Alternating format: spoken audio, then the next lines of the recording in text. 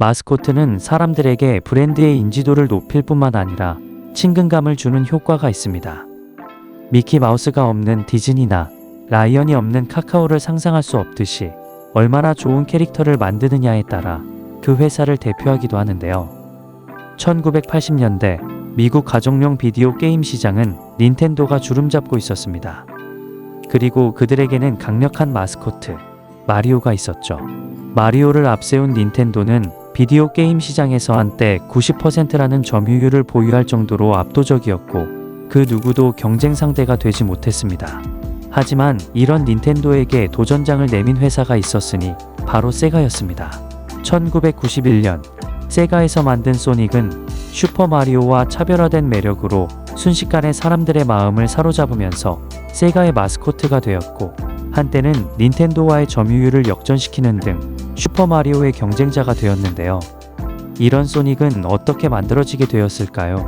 그리고 소닉이 사람들의 마음을 사로잡을 수 있었던 이유는 무엇이었을까요? IT 드림이 알아봤습니다.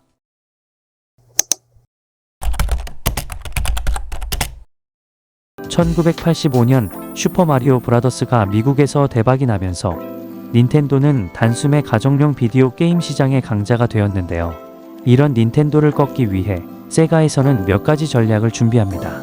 첫 번째 전략은 슈퍼마리오 브라더스보다 속도감 있는 게임을 만드는 것이었습니다.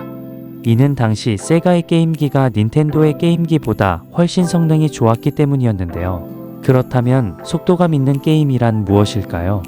미국 시장을 공략하기 위해 미국에서 무엇이 인기 있는지를 찾던 그들의 눈에 들어온 건 롤러코스터였습니다.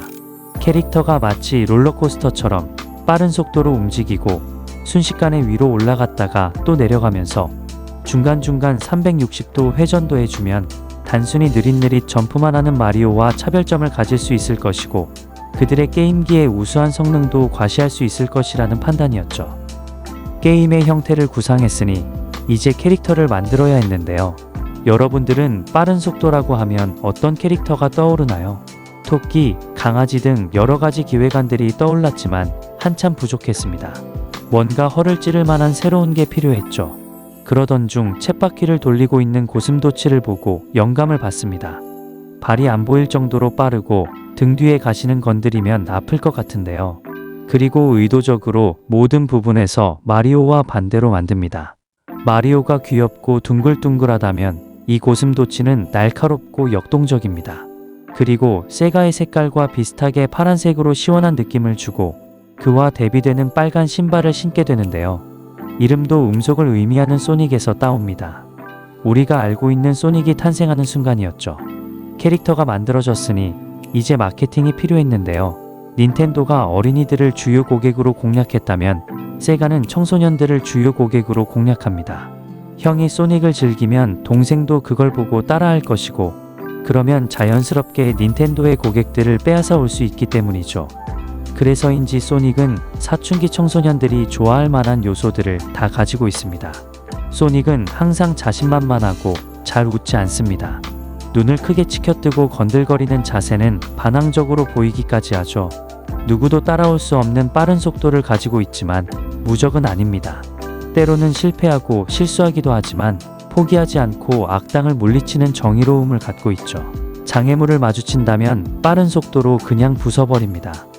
이런 소닉의 모습은 멋진 10대를 강조한 세가의 광고와 맞물려 청소년들의 마음을 움직이기에 충분했습니다.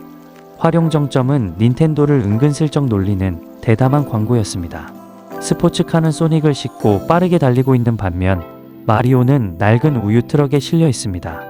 그리고 스포츠카가 이 트럭 옆을 휙 추월함으로써 소닉이 마리오보다 훨씬 빠르다는 것을 강조했습니다. 그렇게 1991년 소닉이 세상에 나오게 되고 결과는 대성공이었습니다. 소닉의 달리기는 마리오의 달리기와는 비교도 안 될 만큼 빨랐고 관성을 이용해 롤러코스터처럼 디자인된 다양한 코스를 엄청난 스피드로 달리는 고슴도치 소닉의 모습은 당시 게임 업계를 충격에 빠뜨렸죠. 소닉은 미국 시장에서 출시되었지만 곧 전 세계에서 히트를 쳤고 특유의 빠른 속도는 승부욕 넘치는 플레이어들을 탄생시키게 됩니다. 얼마나 인기가 많았는지 1994년에는 월드 챔피언십도 열리게 되는데요. 총 25,000달러의 상금이 걸린 이 대회는 미국, 프랑스, 브라질, 일본 등 전 세계에서 10만 명이 예선전을 치르고 알카트레즈 섬에 모여 따로 본선이 치러지는 등 소닉은 세가의 마스코트가 되기에 충분했습니다. 그리고 이런 소닉을 앞세운 세가는 드디어 닌텐도를 앞지르게 됩니다. 하지만 너무 빨리 달려버렸던 걸까요? 2000년대 플레이스테이션의 등장으로 소닉은 서서히 몰락하게 됩니다. 강력한 경쟁자가 등장했음에도 세가에서는 과거의 성공에 고무된 채 수준 이하의 차기작들을 만들어내면서 주요 고객층인 청소년들로부터 외면받게 되었죠. 연이어 적자만 보던 세가는 2000년대 중반 결국 비디오 게임 시장에서 완전히 철수하게 됩니다. 소닉 또한 새로운 시리즈보다는 과거 시리즈의 리메이크나 마리오 시리즈에 잠깐 출연하는 정도로 명맥을 유지하고 있었습니다. 한때 전 세계에서 성공한 캐릭터였던 것을 생각하면 다소 아쉬운 말년인데요. 하지만 그렇게 사라질 것 같았던 소닉은 다시 부활을 꿈꾸고 있습니다. 최근 2022년에는 영화와 게임에서 연달아 출시되며 그 시대를 기억하는 사람들에게는 추억을, 새롭게 접한 사람들에게는 재미를 선사하기도 했는데요. 소닉은 아직 살아있습니다. 항상 자신만만하지만 때로는 당황하기도 하는 세상에서 가장 빠른 고슴도치로 말이죠. 소닉 이야기 어떠셨나요? 소닉을 보면서 여러분들도 잠시 옛 추억을 떠올려 보는 건 어떨까요?